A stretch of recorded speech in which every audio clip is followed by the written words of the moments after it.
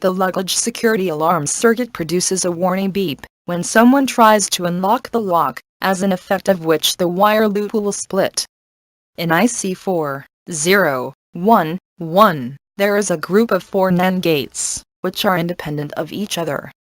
At the time when power supply is attached to pin 5, voltage is at 0 as loop is unbroken. Hence at pin 4, voltage is high, which is coupled with pin 1 and pin 2, which is also at high state. If both the inputs are at high state, then the output is low.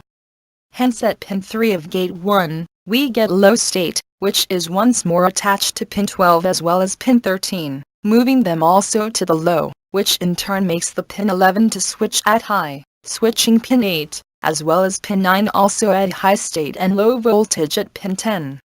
Due to this, transistor linked to it via a resistor will not boost the base and the buzzer would be off. This implies that our baggage is secure. Now suppose that someone attempts to take your baggage, then the loop attached to it breaks down.